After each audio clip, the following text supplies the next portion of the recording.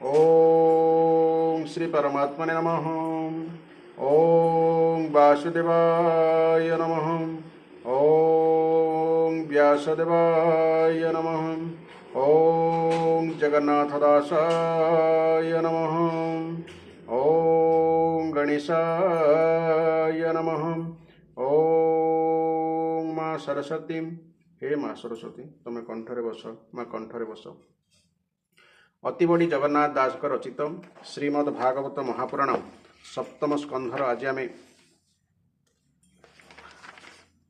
त्रयोदश अध्याय श्रवण करवा। यही अध्यायर प्रथम भागरे पद्यांतरी एवं द्वितीय भागरे यार व्याख्या श्रवण करवा। यही अध्याय जति धर्म निरूपण एवं अवधूत प्रहलाद संवाद प्रसंग कथा वर्णना करा जायछि।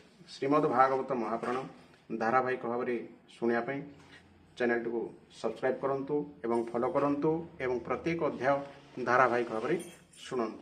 यह द्वारा अनेक ज्ञान आपणकर पाइबा सहित जीवनर मार्ग मध्य आपण पाई परिबे।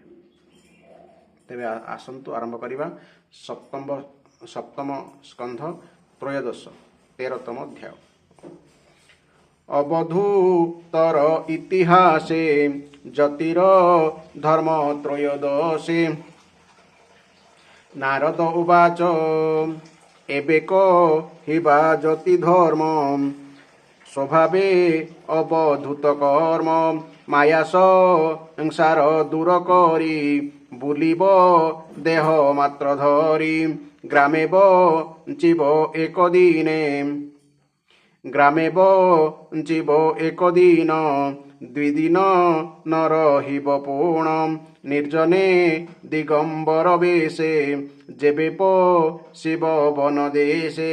कौपिन करिब बसन एकाभ्रमिब रात्र दिन।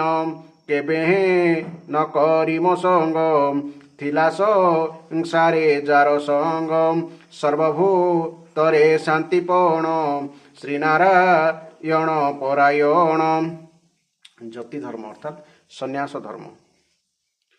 शत विश्ववेणी तुलेभा विव आत्माघेनी।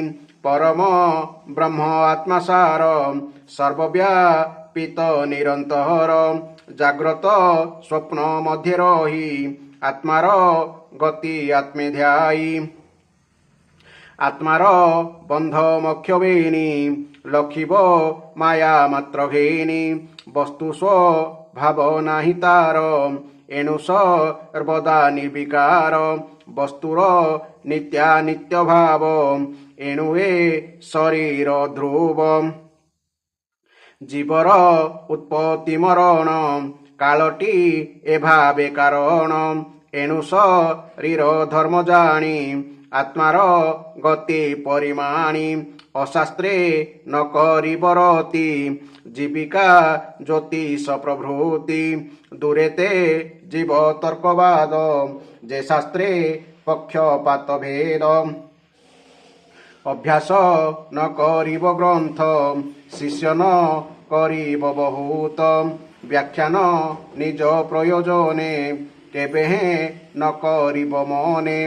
महांत जतिर आश्रम होएबा नहे निज कर्म। सुशांत बुद्धि समचित होइब अर्थरे विरक्त। दृश्य भावे थीब बाइबा लक चेष्टा भाव। मुकब धीर प्राय बेसे भावे बंचिब आत्मवशे। सुणरा जन सावधान जेइति हास पुरातन। प्रह्लाद संगे मुनिवर नाम जाहार अजगर। अजगर नाम अवधूत दत्तात्रेयଙ୍କ ପାଇଁ ଏଠାରେ ବ୍ୟବହୃତ ହୋଇଛି। एबेनी जनक संवाद शुणन्ते न लागे प्रमाद। से प्रहलाद एक दिने मृगया अर्थे गले बने। भृत्य की एंकर घेनी संगे बने भी হরে ক্রীড়া রঙ্গে এমন্তে সহ্যগিরি তটে কাবেরী তটে ভূমিপৃষ্ঠে শয়নে দেখি মুনিবর শরীর ধূলিরে ধূসর স্বেদক অর্ধমে সে ভূষিত সম্মুখে দেখে বিপরীত কর্মবচন লিঙ্গবনে লক্ষিণ পারে অনুমানে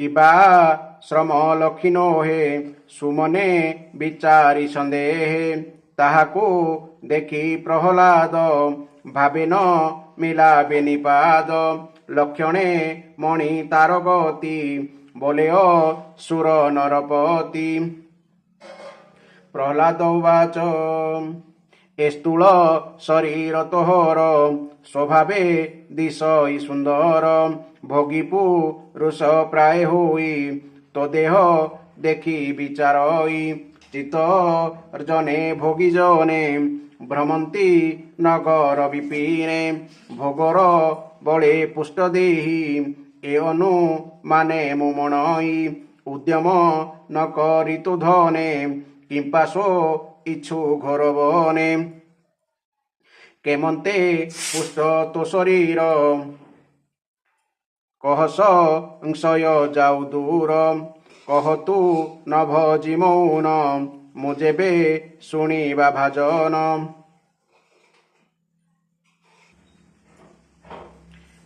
যে দক্ষ পণ্ডিত চতুর বিচিত্র বাক্য প্রিয় কর ତାଙ୍କୁ ପୁଛିଲେ ସର୍ବ କହେ ମନେ ଅହଙ୍କାର ନ ବହେ ନାରଦ ଉବାଚ ଏମନ୍ତେ ପ୍ରହ୍ଲାଦ ବାଣୀ ସେ ଅବଧୂତ କନେ ଶୁଣି ତାହାର ଅମୃତ ବଚନେ କହଇ ହୃଷିତ ବଦନେ ଅବଧୂତ ଉବାଚ তু প্রহ্লাদ দৈত্যবর জানই মহিমা তোহর সংশয় নাহি তোর মনে তু দেখু নির্মল নয়নে যার হৃদয়ে নারায়ণ বসই পুরুষ পুরাণ সে ভক্তি বলে তম ঘরে নাশই জেহ্নে সে ভক্তি বলে তম ঘোর নাশই জেহ্নে দিবাকর তু মতে পচারিলু যেবে শুণ কহিবা তোতে ভাবে আত্মার শুদ্ধি যে ইচ্ছন্তি মহান্ত পুছিলে কহନ୍ତି ভববাহিনী তৃষ্ণা নাম তার পুরণে কেহু ক্ষম সে তৃষ্ণা বলে মু জগতে ভ্রমিলি জন্ম কোটি সতে অশেষ যোনি গর্ভবাস তেবে ন পুরিলা আস অর্জিলা কর্ম দোষে ভ্রমি ফুটি ইলি পথ শ্রমি যে শুভ কর্ম মোর থিলা সে ফল এ জন্মে ফলিলা স্বভাবে স্বর্গ মোক্ষদ্বার দুর্লভ মনুষ্য শরীর স্বধর্ম কলে স্বর্গে বাস অধর্মে নরকে প্রবেশ এবেনি দ্বার যেতে যন্তি নিশ্চল যোগে আত্মা চিন্তি ভজন্তি গোবিন্দ চরণে তরন্তি এ জন্ম মরণে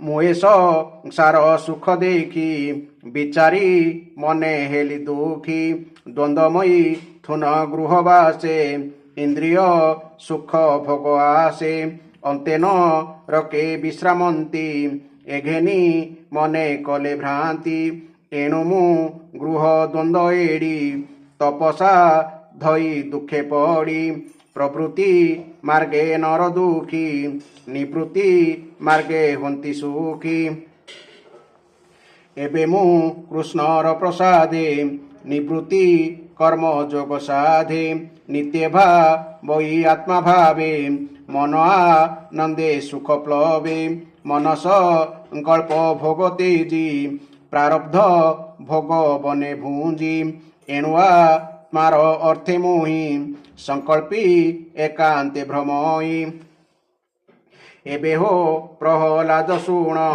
ବିଷୟ ବସେ ଯେତେ ଗୁଣ ତାମସ ରଜ ଗୁଣ ତେଜେ ବିବିଧ କାମ୍ୟ କର୍ମ ଭଜେ ଆତ୍ମାର ହିତ ନ ସୁମରେ ଅସାଧୁ ମାର୍ଗେ କର୍ମ କରେ ପ୍ରାଣୀ ଭ୍ରମନ୍ତି ଘୋର ପଥେ ନାନା ଯାତନା କର୍ମତନ୍ତ୍ରେ ଘୋର ସଂସାରେ ସଞ୍ଚରନ୍ତି এঘেনি মোর মনে ভ্রান্তি দেখো জ্ঞানে মহাছনে সংসারে সঞ্চরন্তি জনে যে জল তৃণে আচ্ছাদিত তাহা ন ইচ্ছই তৃষিত মৃগতৃষ্ণাকো জলমণে ভ্রমে ভ্রময়ী অকারণে তাহার শ্রম মাত্র সার যে আত্মা ন করে বিচার কর্ম আয়তে দেহে থাই আত্মার সুখ যেই ছই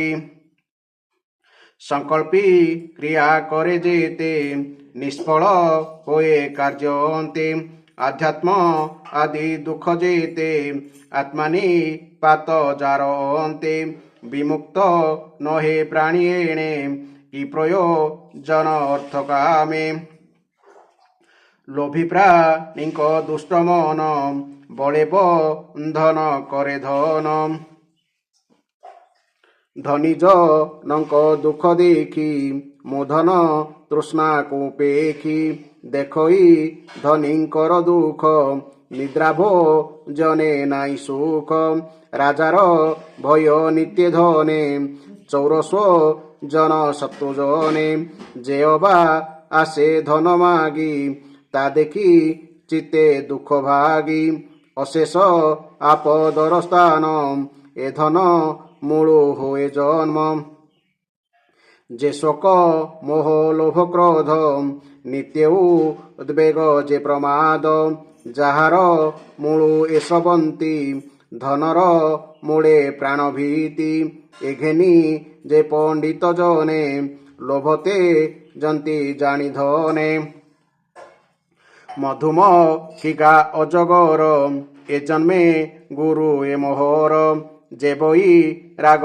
পরিতোষ এহাঙ্ক তহু উপদেশ বৈরাগ্য সর্বকামে মোর এ শিক্ষা দেলা মধুকর অনেক দুঃখ যে অর্জন তাকু বি নাসি হরে আনম ধনন ইছি তোষ মনে ভ্রময়ী যথা লাভ ধনে মহাসর্পর প্রায় হই বঞ্চই উপদেশ ধ্যায়ী তথাপি গোবিন্দ প্রসনে নিত্যানন্দ মোর মনে মো দেহে বল কান্তি তুষ্টি সুখ বর্ধনে দেহ পুষ্টি এভাবে বঞ্চে মোর দেহি মু সুখ দুঃখ ন জানই অল্প আহার কাহি পাই কাহি বা সম্পূর্ণ ভুঞ্জই স্বাদু ও স্বাদু ন মনই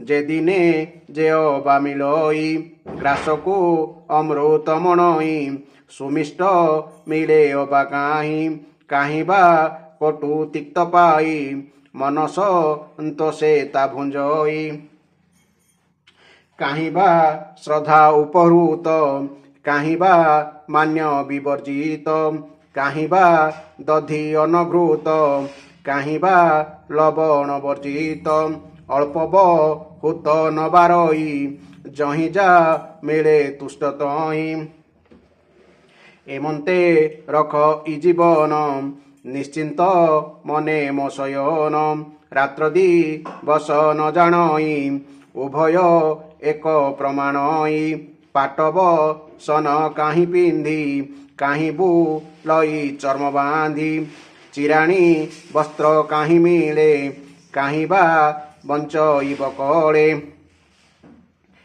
চিরাণী মানে ছিন্ডা লুগা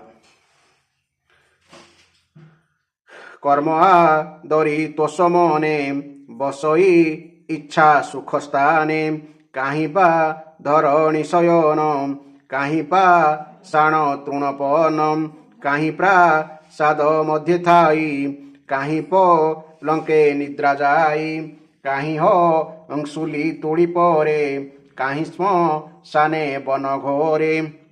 ହଂସୁଲି ତୋଳି ମାନେ ହଂସ ଲୋମ ନିର୍ମିତ କୋମଳ ସେଜ। କାହିଁ ସ୍ମ ସାନେ ବନ ଘରେ କାହିଁ ବା ସ୍ନାନ ମୋ ଆନନ୍ଦେ ସୁବାସ ତୈଳ ସୁଗନ୍ଧେ କାହିଁ ଚନ୍ଦନ ଗନ୍ଧ ସାର କାହିଁ ବା ନାନା ଅଳଙ୍କାର ସୁବାସ ପୁଷ୍ପମାଳ ଗନ୍ଧେ କାହିଁ ବା ଗଜ ଅଶ୍ୱକନ୍ଧେ କାହିଁ ବେ ସ୍ଥିତ ପୀତାମ୍ବର କାହିଁ ବା ଭସ୍ମ ଦିଗମ୍ବର କାହିଁ ବା ଜ୍ଞାନ ଥାଇ ଦେହେ କାହିଁ ଭ୍ରମଇ ଗୃହୀ ପ୍ରାଏ ହେ ପ୍ରହ୍ଲାଦ ଶୁଣ ଧୀରେ ଆଉ କହିବା ତୋଛା ମୋରେ ବିଷୟ ଜଡ଼େ ପ୍ରାଣୀ ଥାନ୍ତି ନିଜ ସ୍ୱଭାବ ପ୍ରକାଶନ୍ତି କାହାକୁ ନିନ୍ଦା ସ୍ତୁତି ମୋର କେବେ ହେଁ ନ କରେ ବିଚାର ସର୍ବପ୍ରାଣୀଙ୍କ ଶ୍ରେୟ ଚିନ୍ତି ଏଣୁ ମୋ ମନେ ନାହିଁ ଭ୍ରାନ୍ତି ଆନନ୍ଦେ ଗୋବିନ୍ଦ ଚରଣେ ଚିତ୍ତନି ବେଶୀ ଅନୁକ୍ଷଣେ ଚିତ୍ତେ ବି କଳ୍ପ ହୋମ କରି ତାହାକୁ ମନ ମଧ୍ୟେ ଭରି ମନ ବିକାର ତତ୍ତ୍ୱେ ଥୋଇ ଯେଣେ ମାୟାକୁ ଭୟ ନାହିଁ ସେ ମାୟା ଆତ୍ମା ଅନୁଭୂତେ ସତ୍ୟ ସଂକଳ୍ପ ମୁନି ମତେ ତେଣୁ ନିର୍ବିକାର ମୋ ମନ ନିର୍ଗୁଣ ବ୍ରହ୍ମେ କରିଲୀନ ଏମନ୍ତେ ଆତ୍ମା ଅନୁଭୂତେ କହିଲି ତୋହର ଗ୍ରତେ ଯେ ଲୋକ ଶାସ୍ତ୍ର ମତ ଦୁଇ ଏଣେ ବର୍ଜିତ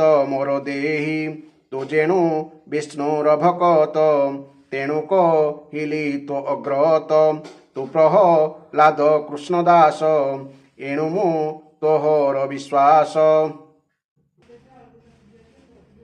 ନାରଦ ଉବାଚ ଏମନ୍ତେ ମୁନି ମୁଖୁ ଶୁଣି ପରମ ହଂସ ଧର୍ମବାଣୀ ସେ ପ୍ରହ୍ଲାଦ ଜ୍ଞାନୀ ଧୀର ସ୍ୱଭାବେ ବିଷ୍ଣୁର କିଙ୍କର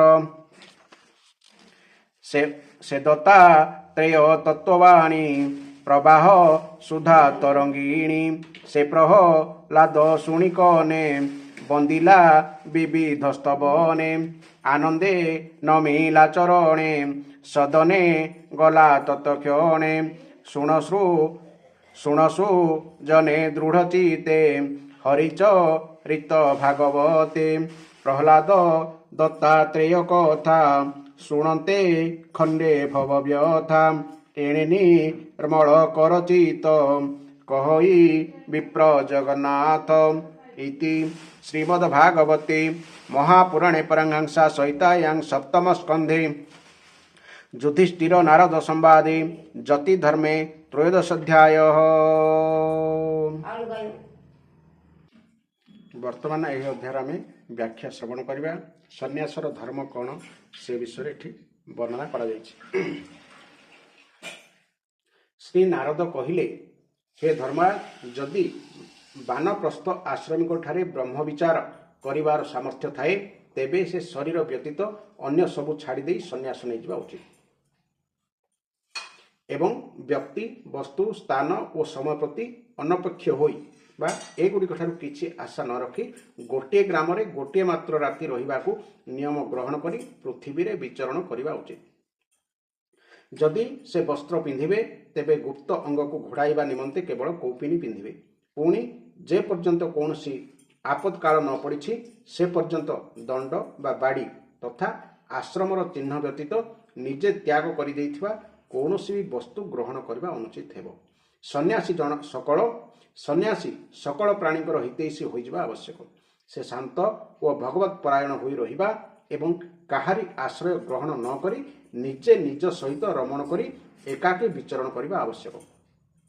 ଏହି ସମସ୍ତ ବିଶ୍ୱ କାର୍ଯ୍ୟ କାରଣର ଅତୀତ ପରମାତ୍ମାଙ୍କ ଠାରେ ଅଧ୍ୟସ୍ତ ବା ସ୍ଥିତ ବୋଲି ବୁଝିବାକୁ ପଡ଼ିବ ଏବଂ କାର୍ଯ୍ୟକରଣ ସ୍ୱରୂପ ଏହି ଜଗତରେ ନିଜର ବ୍ରହ୍ମ ସ୍ୱରୂପ ଆତ୍ମା ହିଁ ପରିପୂର୍ଣ୍ଣ ବୋଲି ଦେଖିବାକୁ ପଡ଼ିବ। ଆତ୍ମଦର୍ଶୀ ସନ୍ନ୍ୟାସୀ ସୁଷୁପ୍ତି ଓ ଜାଗରଣର ସନ୍ଧିକ୍ଷଣରେ ନିଜ ସ୍ୱରୂପକୁ ଅନୁଭବ କରିବେ ଏବଂ ବନ୍ଧନ ଓ ମୋକ୍ଷ ବୋଲି କିଛି ନାହିଁ, ଏହା କେବଳ ମାୟା ବୋଲି ବୁଝିବେ। ସେ ଶରୀରର ଅବଶ୍ୟମ୍ଭାବୀ ମୃତ୍ୟୁକୁ ଅଭିନନ୍ଦନ କରିବେ ନାହିଁ କି ଏହି ଅନିଶ୍ଚିତ ଜୀବନକୁ ଲୋଭ କରିବେ ନାହିଁ, ଅର୍ଥାତ୍ ସେ ମରିବାକୁ ଅଥବା ବଞ୍ଚିବାକୁ ଇଚ୍ଛା କରିବା ଅନୁଚିତ। ସେ ସକଳ ପ୍ରାଣୀଙ୍କର ଉତ୍ପତ୍ତି ଓ ବିନାଶର କାରଣ କାଳକୁ ପ୍ରତୀକ୍ଷା କରି ରହିବେ। ସେ ଅସତ୍ୟ ଓ ଅନାତ୍ମ ବସ୍ତୁକୁ ପ୍ରତିପାଦନ କରୁଥିବା ଶାସ୍ତ୍ର ପ୍ରତି ପ୍ରୀତି ରଖିବେ ନାହିଁ। ସେ ନିଜର ଜୀବନ ନିର୍ବାହ ନିମନ୍ତେ କୌଣସି ଜୀବିକା ଗ୍ରହଣ କରିବେ ନାହିଁ କି କେବଳ ବାଦ ବିବାଦ ନିମନ୍ତେ କୌଣସି ତର୍କ କରିବେ ନାହିଁ କିମ୍ବା କୌଣସି କଥାରେ କାହାର ପକ୍ଷ ନେବେ ନାହିଁ। ଶିଷ୍ୟ ମଣ୍ଡଳୀ ଗଢ଼ିବା, ବହୁ ଗ୍ରନ୍ଥ ଅଭ୍ୟାସ କରିବା, ବ୍ୟାଖ୍ୟାନ ଦେବା ଓ ବଡ଼ ବଡ଼ କାମ ଆରମ୍ଭ କରିବା ତାଙ୍କ ପକ୍ଷେ ଅବିଧେୟ।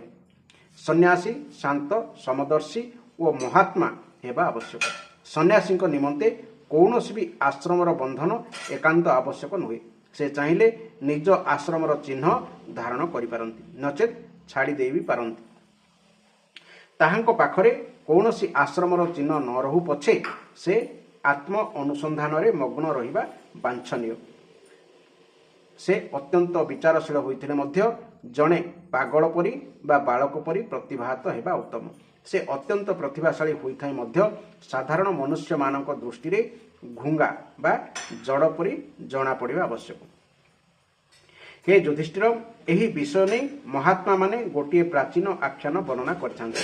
ତାହା ହେଉଛି ଦତ୍ତାତ୍ରେୟ ମୁନି ଓ ଭକ୍ତରାଜ ପ୍ରହ୍ଲାଦଙ୍କ କଥୋପକଥନ। ଥରେ ଭଗବାନଙ୍କର ପରମପ୍ରେମୀ ଭକ୍ତ ପ୍ରହ୍ଲାଦ କେତେଜଣ ମନ୍ତ୍ରୀଙ୍କ ସହିତ ପ୍ରଜାମାନଙ୍କର ମନ କଥା ଜାଣିବା ପାଇଁ ରାଜ୍ୟରେ ବିଚରଣ କରୁଥିଲେ। ଏପରି ବିଚରଣ କରୁ କରୁ ସେ ଦେଖିଲେ ସେ ସହ୍ୟ ପର୍ବତର ପାଦଦେଶରେ କାବେରୀ ନଦୀ ତଟରେ ଜଣେ ମୁନି ଭୂଇଁରେ ପଡ଼ି ରହିଛନ୍ତି। ସର୍ବାଙ୍ଗ ଧୂଳି ଧୂସରିତ ହୋଇ ଯାଇଥିବାରୁ ସେତେବେଳେ ତାଙ୍କ ଶରୀରର ତେଜ ଧୂଳିରେ ଲୁଚି ରହିଥିଲା। ତାହାଙ୍କର କର୍ମ, ଆକୃତି, ବାଣୀ, ବର୍ଣ୍ଣ, ଆଶ୍ରମ ଆଦିର ଚିହ୍ନରୁ ସେ ଜଣେ ସିଦ୍ଧପୁରୁଷ ନା ନାହିଁ ଲୋକେ ତାହା ଜାଣିପାରୁ ନଥିଲେ। ଭଗବାନଙ୍କର ପରମପ୍ରେମୀ ପ୍ରହ୍ଲାଦ ସେହି ମୁନିଙ୍କର ଚରଣରେ ମଥା ରଖି ପ୍ରଣାମ କଲେ ଏବଂ ବିଧିପୂର୍ବକ ତାହାଙ୍କର ପୂଜା କରିବା ପରେ ଜାଣିବା ଇଚ୍ଛାରେ ପଚାରିଲେ, ଭଗବାନ, ଆପଣଙ୍କ ଶରୀର ଉଦ୍ଯୋଗୀ ଓ ଭୋଗୀ ପୁରୁଷଙ୍କ ଶରୀର ପରି ଖୁବ୍ ହୃଷ୍ଟପୃଷ୍ଟ ହୋଇଛି। ସଂସାରର ନିୟମ ହେଉଛି ଉଦ୍ଯୋଗୀ ଲୋଭଇ ଲକ୍ଷ୍ମୀ, ତା ଛଡ଼ା ଧନବାନ ହିଁ ଭୋଗ ପ୍ରାପ୍ତି କରେ ଏବଂ ଭୋଗୀମାନଙ୍କର ଶରୀର ହିଁ ହୃଷ୍ଟପୃଷ୍ଟ ହୁଏ। ହୃଷ୍ଟପୃଷ୍ଟ ହେବାର ତ ଅନ୍ୟ କୌଣସି କାରଣ ଥାଇ ନପାରେ, କିନ୍ତୁ ଭଗବାନ ଆପଣ ତ କୌଣସି ଉଦ୍ଯୋଗ ନ କରି ଭୂଇଁରେ ହିଁ ଏପରି ପଡ଼ି ରହିଛନ୍ତି। ପୁଣି ଆପଣଙ୍କ ପାଖରେ ଧନ ମଧ୍ୟ ନାହିଁ, ତେଣୁ ଆପଣଙ୍କୁ ଭୋଗ ପ୍ରାପ୍ତ ହେବାର ସମ୍ଭାବନା ମଧ୍ୟ ନାହିଁ। ହେ ବ୍ରାହ୍ମଣ ଦେବତା, ବିନା ଭୋଗରେ ଆପଣଙ୍କର ଏହି ଶରୀର ଏତେ ହୃଷ୍ଟପୃଷ୍ଟ କିପରି ହୋଇଛି? ଯଦି ମୁଁ ଏହାର ରହସ୍ୟ ଶୁଣିବାର ଯୋଗ୍ୟ ହୋଇଥାଏ, ତେବେ ଦୟାକରି ମୋ ଆଗରେ ତାହା ପ୍ରକାଶ କରନ୍ତୁ। ଆପଣ ହେଉଛନ୍ତି ବିଦ୍ୱାନ, ସମର୍ଥ ଓ ଚତୁର। ଆପଣଙ୍କର ବାଣୀ ବଡ଼ ଅଦ୍ଭୁତ ଓ ପ୍ରିୟ। ତଥାପି ସମଗ୍ର ସଂସାର କର୍ମ କରୁଥିବା ଦେଖି ମଧ୍ୟ ଆପଣ ଏପରି ଯେଉଁ ନିଶ୍ଚେଷ୍ଟ ହୋଇ ଶାନ୍ତ ଚିତ୍ତରେ ପଡ଼ି ରହିଛନ୍ତି, ତାହାର କାରଣ କ'ଣ? ଶ୍ରୀ ନାରଦ କହିଲେ, ହେ ଧର୍ମରାଜ, ପ୍ରହ୍ଲାଦ ମହାମୁନି ଦତ୍ତାତ୍ରେୟଙ୍କୁ ଏପରି ପଚାରିବାରୁ ତାହାଙ୍କର ଅମୃତମୟୀ ବାଣୀରେ ପ୍ରଭାବିତ ହୋଇ ମହାମୁନି ମୃଦୁ ମୃଦୁ ହସି କହିଲେ। ଦତ୍ତାତ୍ରେୟ କହିଲେ, ହେ ଦୈତ୍ୟରାଜ, ସବୁ ଶ୍ରେଷ୍ଠ ପୁରୁଷ ତୁମକୁ ସମ୍ମାନ କରନ୍ତି। ମନୁଷ୍ୟମାନଙ୍କର କର୍ମ ପ୍ରବୃତ୍ତିର ତଥା କର୍ମ ନିବୃତ୍ତିର ଫଳ ଯେ କ'ଣ, ତାହା ତୁମ ଜ୍ଞାନ ଦୃଷ୍ଟିରେ ଜାଣିପାରୁଛ। ତୁମର ଅନନ୍ୟ ଭକ୍ତି ହେତୁ ଦେବାଧିଦେବ ଭଗବାନ ନାରାୟଣ ସଦା ତୁମ ହୃଦୟରେ ବିରାଜମାନ ଅଛନ୍ତି ଏବଂ ସୂର୍ଯ୍ୟ ଅନ୍ଧକାର ନଷ୍ଟ କରିବା ପରି ସେ ତୁମର ଅଜ୍ଞାନ ନାଶ କରି ଚାଲିଛନ୍ତି। ତଥାପି ହେ ପ୍ରହ୍ଲାଦ, ମୁଁ ଯାହା କିଛି ଜାଣିଛି ତଦ୍ ଅନୁସାରେ ମୁଁ ତୁମ ପ୍ରଶ୍ନର ଉତ୍ତର ଦେଉଛି ଶୁଣ। କାରଣ ଆତ୍ମଶୁଦ୍ଧିର ଅଭିଳାଷ ରଖିଥିବା ବ୍ୟକ୍ତି ତୁମକୁ ନିଶ୍ଚିତ ରୂପେ ସମ୍ମାନ ଦେବା ଆବଶ୍ୟକ।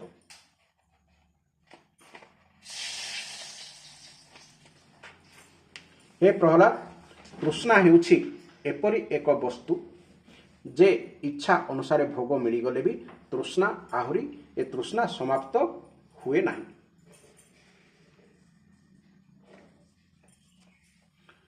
ତେଣୁ ଜୀବକୁ ଜନ୍ମ ମୃତ୍ୟୁର ଚକ୍ରରେ ଘୂରିବାକୁ ପଡ଼େ।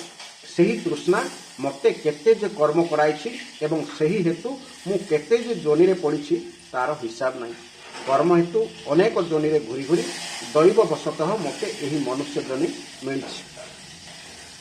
ମନୁଷ୍ୟ ଯୋନି ହେଉଛି ସ୍ୱର୍ଗ, ମୋକ୍ଷ, ତିର୍ଯୋଗ ଯୋନି ତଥା ପୁନର୍ବାର ଏହି ମାନବ ଦେହ ପ୍ରାପ୍ତିର ଦ୍ୱାର। ଏହି ଜନ୍ମରେ ପୁଣ୍ୟ କଲେ ସ୍ୱର୍ଗ ଏବଂ ପାପ କଲେ ପଶୁପକ୍ଷୀ ଆଦିରେ ଜନ୍ମ ମିଳେ ଏବଂ ଏହି ଜନ୍ମରେ କର୍ମରୁ ନିବୃତ୍ତ ହୋଇଗଲେ ମୋକ୍ଷ ମିଳେ ଏବଂ ପାପ ପୁଣ୍ୟ ଉଭୟ ପ୍ରକାର କର୍ମ କଲେ ପୁଣି ଥରେ ମଧ୍ୟ ମନୁଷ୍ୟ ଜନ୍ମ ମିଳିପାରେ। କିନ୍ତୁ ମୁଁ ଦେଖୁଛି ସଂସାରର ସ୍ତ୍ରୀ ପୁରୁଷ ସୁଖପ୍ରାପ୍ତି ଓ ଦୁଃଖ ନିବୃତ୍ତି ପାଇଁ କର୍ମ କରୁଛନ୍ତି ସତ, ଅଥଚ ସେଥିରୁ ବିପରୀତ ଫଳ ଫଳୁଛି। ଲୋକେ ଅଧିକ ଦୁଃଖରେ ପଡ଼ିଯାଉଛନ୍ତି। ତେଣୁ ମୁଁ କର୍ମରୁ ଉପରିତ ହୋଇ ଯାଇଛି। ଆନନ୍ଦ ହିଁ ହେଉଛି ଆତ୍ମାର ସ୍ୱରୂପ। ସମସ୍ତ ଚେଷ୍ଟାର ନିବୃତ୍ତି ହିଁ ଆତ୍ମାନନ୍ଦ ଅଭିବ୍ୟକ୍ତିର ମାଧ୍ୟମ। ତେଣୁ ସମସ୍ତ ଭୋଗକୁ ମନର କଳ୍ପନା ମାତ୍ର ବୋଲି ଜାଣି ମୁଁ ନିଜ ପ୍ରାରବ୍ଧ ଭୋଗି ଭୋଗି ଏପରି ପଡ଼ି ରହିଛି। ବାସ୍ତବିକ ସୁଖ ହେଉଛି ମନୁଷ୍ୟର ସ୍ୱରୂପ, କିନ୍ତୁ ମନୁଷ୍ୟ ନିଜର ପ୍ରକୃତ ସୁଖ ସ୍ୱରୂପକୁ ଭୁଲିଯାଇ ଏହି ମିଥ୍ୟା ଦୈତ୍ୟକୁ ସତ୍ୟ ବୋଲି ମାନୁଥିବାରୁ ଅତ୍ୟନ୍ତ ଭୟଙ୍କର ଓ ବିଚିତ୍ର ଜନ୍ମ ମୃତ୍ୟୁ ଚକ୍ରରେ ଘୁରୁଛି। ଜଳଜ, ତୃଣ ଓ ଦଳରେ ଆଚ୍ଛାଦିତ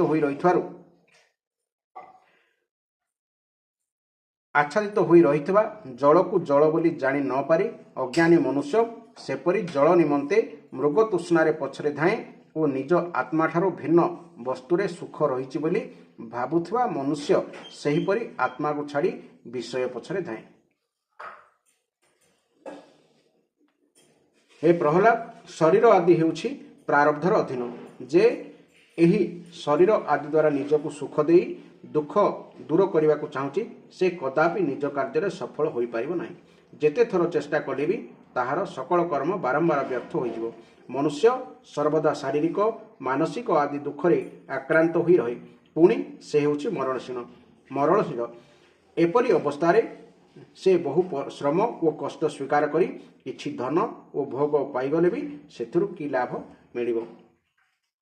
ଯେଉଁ ଲୋଭୀ ଓ ଧନୀମାନେ ଇନ୍ଦ୍ରିୟର ବଶରେ ରହିଛନ୍ତି ସେମାନଙ୍କର ଦୁଃଖ ତ ମୁଁ ନିଜେ ଦେଖୁଛି। ଭୟ ହେତୁ ସେମାନଙ୍କ ଆଖିକୁ ନିଦ ଆସୁନାହିଁ। ପୁଣି ସେମାନଙ୍କର ସମସ୍ତଙ୍କୁ ସନ୍ଦେହ। ଯେଉଁମାନଙ୍କର ଜୀବନ ଧନ ପ୍ରତି ଲୋଭ ରହିଥାଏ ସେମାନେ ରାଜା, ଚୋର, ଶତ୍ରୁ, ସ୍ୱଜନ, ପଶୁପକ୍ଷୀ, ଯାଚକ ଓ କାଳକୁ ତ ଭୟ କରନ୍ତି। ଏପରିକି ମୁଁ ଭୁଲରେ ପଡ଼ି ବେଶୀ ଖର୍ଚ୍ଚ କରି ନ ଦିଏ ବୋଲି ଆଶଙ୍କା କରି ସେମାନେ ନିଜକୁ ବି ବେଶୀ ଡରନ୍ତି। ତେଣୁ ଯେଉଁ ଧନ ଓ ଜୀବନ ହେତୁ ଶୋକ, ମୋହ, ଭୟ, କ୍ରୋଧ, ଆସକ୍ତି, ଭୀରୁତା ଓ ଶ୍ରମ ଆଦିର ଶିକାର ହେବାକୁ ପଡ଼େ, ବୁଦ୍ଧିମାନ ପୁରୁଷ ସେଭଳି ଧନ ଓ ଜୀବନ ପ୍ରତି ସ୍ପୃହା ତ୍ୟାଗ କରିଦେବା ଉଚିତ। ଇହଲୋକରେ ଅଜଗର ଓ ମହୁମାଛି ହେଉଛନ୍ତି ମୋର ସବୁଠାରୁ ବଡ଼ ଗୁରୁ। ସେମାନଙ୍କ ଶିକ୍ଷାରୁ ମୋତେ ବୈରାଗ୍ୟ ଓ ସନ୍ତୋଷ ମିଳିଛି। ମହୁମାଛି ଯେପରି ମହୁ ସଞ୍ଚୟ କରେ, ଲୋକେ ସେହିପରି ବଡ଼ କଷ୍ଟରେ ଧନ ସଞ୍ଚୟ କରନ୍ତି, କିନ୍ତୁ ଅନ୍ୟ ଲୋକେ ସେହି ଧନରାଶିର ସ୍ୱାମୀକୁ ବା ମାଲିକକୁ ମାରି ତାହା ଛଡ଼ାଇ ନିଅନ୍ତି। ସେଥିରୁ ମୁଁ ଶିକ୍ଷା କଲି ଯେ ବିଷୟ ଭୋଗ ପ୍ରତି ଅନାସକ୍ତ ହୋଇ ରହିବା ହିଁ ଭଲ। ମୁଁ ଅଜଗର ପରି ନିଶ୍ଚେଷ୍ଟ ହୋଇ ପଡ଼ି ରହିଛି ଏବଂ ଦୈବବଶତଃ ଯାହା କିଛି ମିଳିଯାଉଛି ସେଥିରେ ସନ୍ତୁଷ୍ଟ ହୋଇ ରହୁଛି ଏବଂ ଯଦି କିଛି ନ ମିଳିଲା ତେବେ ବି ବହୁଦିନ ପର୍ଯ୍ୟନ୍ତ ଧୈର୍ଯ୍ୟ ଧରି ଅଜଗର ପଡ଼ି ରହୁଛି। କେବେ ଅଳ୍ପ ଖାଇ ରହିଯାଉଛି ତ କେବେ ମିଳିଗଲେ ବହୁତ ଖାଇଦେଉଛି। କେବେ ସ୍ୱାଦିଷ୍ଟ ଅନ୍ନ ତ କେବେ ନିରସ ଅସାଧୁକର ଅନ୍ନ ମିଳୁଛି। ପୁଣି କେବେ ଅନେକ ଗୁଣଯୁକ୍ତ ତ କେବେ ସବୁ ଦୃଷ୍ଟିରୁ ଗୁଣହୀନ ଖାଦ୍ୟ ମିଳୁଛି। କେବେ ଅତ୍ୟନ୍ତ ଶ୍ରଦ୍ଧାର ସହିତ ମିଳୁଥିବା ଖାଦ୍ୟ ତ କେବେ ଅପମାନ ସହିତ ମିଳୁଥିବା ଖାଦ୍ୟ ମଧ୍ୟ ଖାଉଛି। ବେଳେବେଳେ ଆପେ ଆପେ ଖାଦ୍ୟ ମିଳିଗଲେ କେବେ ଦିନରେ ତ କେବେ ରାତିରେ ଏବଂ କେବେ କେବେ ଥରେ ଖାଇସାରିଥିଲେ ବି ଆଉ ଥରେ ଖାଇଦେଉଛି। ମୁଁ ମୋର ପ୍ରାରବ୍ଧ ଭୋଗ କରି ହିଁ ସନ୍ତୁଷ୍ଟ ରହୁଛି। ତେଣୁ ମୋତେ ପାଟ ଲୁଗା ମିଳୁ କି ସୂତା ଲୁଗା ମିଳୁ, ମୃଗ ଚର୍ମ ମିଳୁ କି ଚିରା ଫଟା ଲୁଗା ମିଳୁ, କେବେ ଗଛର ବକଳ ମିଳୁ କି ଆଉ କିଛି ମିଳୁ, ଯେତେବେଳେ ଯାହା ମିଳିଲା ତାହା ପିନ୍ଧୁଛି। କେବେ ମାଟି ଘାସ ପତ୍ର ପଥର ବା ପାଉଁଶ ଗଦାରେ ଶୋଇପଡ଼ୁଛି ତ କେବେ ଅନ୍ୟମାନେ ଖୁସିରେ ଯୋଗାଇ ଦେଇଲେ ଖଟ ପଲଙ୍କରେ ଗଦି ଉପରେ ମଧ୍ୟ ଶୋଇପଡ଼ୁଛି। ହେ ଦୈତ୍ୟରାଜ, ମୁଁ କେବେ ଗାଧୋଇ ପାଧୋଇ ଦେହରେ ଚନ୍ଦନ ବଳି ହୋଇ ସୁନ୍ଦର ବସ୍ତ୍ର ଫୁଲମାଳା ଓ ଗହଣା ପିନ୍ଧି ହାତୀ ଘୋଡ଼ା ପରି ଚଢ଼ି ବୁଲୁଛି ତ କେବେ ପିଶାଚଙ୍କ ପରି ପୁରା ଲଙ୍ଗଳା ହୋଇ ବୁଲିଛି। ମନୁଷ୍ୟମାନଙ୍କର ସ୍ୱଭାବ ଭିନ୍ନ ଭିନ୍ନ ହୋଇଥାଏ, ତେଣୁ ମୁଁ କେବେ କାହାର ନିନ୍ଦା କରେ ନାହିଁ କି କାହାକୁ ସ୍ତୁତି କରେ ନାହିଁ। ମୁଁ କେବଳ ଚାହେଁ ଯେ ସେମାନଙ୍କର ପରମ କଲ୍ୟାଣ ହେଉ ଏବଂ ସେମାନେ ପରମାତ୍ମାଙ୍କ ସଙ୍ଗେ ଐକ୍ୟ ଲାଭ କରନ୍ତୁ। ଯେଉଁମାନେ ସତ୍ୟର ଅନୁସନ୍ଧାନ କରୁଛନ୍ତି ସେମାନେ ନାନା ପ୍ରକାର ପଦାର୍ଥରେ ଦେଖାଯାଉଥିବା ସମସ୍ତ ବିଭେଦକୁ ନିଜର ଚିତ୍ତବୃତ୍ତିରେ ଆହୁତି ଦେଇଦେବା ଆବଶ୍ୟକ। ସେସବୁ ପଦାର୍ଥ ସମ୍ବନ୍ଧରେ ମନ ହିଁ ବିଭିନ୍ନ ଭ୍ରମ ଉତ୍ପନ୍ନ କରିଥାଏ। ତେଣୁ ଚିତ୍ତବୃତ୍ତିକୁ ମନକୁ ସାତ୍ତ୍ୱିକ ଅହଙ୍କାରରେ ଏବଂ ସତ୍ତ୍ୱ ଆଦି ଅହଙ୍କାରକୁ ମହତ ଦ୍ୱାରା ମାୟାରେ ହବନ କରିଦେବା ଆବଶ୍ୟକ। ଏପରି ଭାବରେ ମାୟା ହେତୁ ହିଁ ସବୁ ଭେଦ ବିଭେଦ ଦର୍ଶନ ହେଉଛି ବୋଲି ଜାଣି ମାୟାକୁ ଆତ୍ମା ଅନୁଭୂତିରେ ସ୍ୱାହା କରିଦେବା ଆବଶ୍ୟକ। ଏପରି ଭାବରେ ଆତ୍ମସାକ୍ଷାତକାର ଦ୍ୱାରା ଆତ୍ମ ସ୍ୱରୂପରେ ସ୍ଥିତ ହୋଇ ନିର୍ଣ୍ଣୟ ଓ ସବୁଥିରୁ ଉପରତ ହୋଇଯିବା ଉଚିତ। ହେ ପ୍ରହ୍ଲାଦ, ମୋର ଏହି ଆତ୍ମକଥା ହେଉଛି ଅତ୍ୟନ୍ତ ଗୋପନୀୟ ଏବଂ ଲୋକ ଶାସ୍ତ୍ରର ଅତୀତ ବସ୍ତୁ। ତୁମେ ହେଉଛ ଭଗବାନଙ୍କର ଅତ୍ୟନ୍ତ ପ୍ରିୟ, ତେଣୁ ମୁଁ ତୁମ ଆଗରେ ଏହା ବର୍ଣ୍ଣନା କରିଦେଲି। ଶ୍ରୀ ନାରଦ କହିଲେ, ମହାରାଜ ଦତ୍ତାତ୍ରେୟ ମୁନିଙ୍କଠାରୁ ପରମହଂସଙ୍କର ଏହି ଧର୍ମ ବିଷୟ ଶ୍ରବଣ କରି ପ୍ରହ୍ଲାଦ ତାଙ୍କୁ ପୂଜା କଲେ ଏବଂ ତାପରେ ତାଙ୍କଠାରୁ ବିଦାୟ ନେଇ ଆନନ୍ଦ ମନରେ ନିଜ ରାଜଧାନୀକୁ ଫେରିଗଲେ। ଏହି ଥିଲା ଏହି ଅଧ୍ୟାୟର ସୁନ୍ଦର ଆତ୍ମକଥା। ପ୍ରହ୍ଲାଦ, ହିରଣ୍ୟକଶିପୁର ପୁତ୍ର ପ୍ରହ୍ଲାଦ ଓ ଭରତ ମୁନି ଅର୍ଥାତ୍ ଦତ୍ତାତ୍ରେୟ ଜଡ଼ ଭରତ ଚରିତ କଥା ଆପଣମାନେ ଶ୍ରବଣ କଲେ। ଏଥିରୁ ମଣିଷର ତତ୍ତ୍ୱ କଥା ବୁଝିପାରିବେ। ଜୀବନରେ ମତବାଦୀ ହେବା ସହଜ, କିନ୍ତୁ ତତ୍ତ୍ୱବାଦୀ ସହଜ ନୁହେଁ। ମତ ତ ସମସ୍ତେ ଦେଇପାରିବେ, ମୂର୍ଖ ବି ମତ ଦେଇପାରିବ, ପଣ୍ଡିତ ବି, କିନ୍ତୁ ତତ୍ତ୍ୱ ହେବା ସହଜ ନୁହେଁ। ତେଣୁ ଏହି ଅଧ୍ୟାୟ ଆପଣମାନେ ଶ୍ରବଣ କରିଥିବାରୁ ଭଗବାନ ଆପଣଙ୍କୁ କୃପା ପ୍ରଦାନ କରନ୍ତୁ। ଜୟ ଜଗନ୍ନାଥ, ଜୟ ଜଗନ୍ନାଥ, ଜୟ ଜଗନ୍ନାଥ।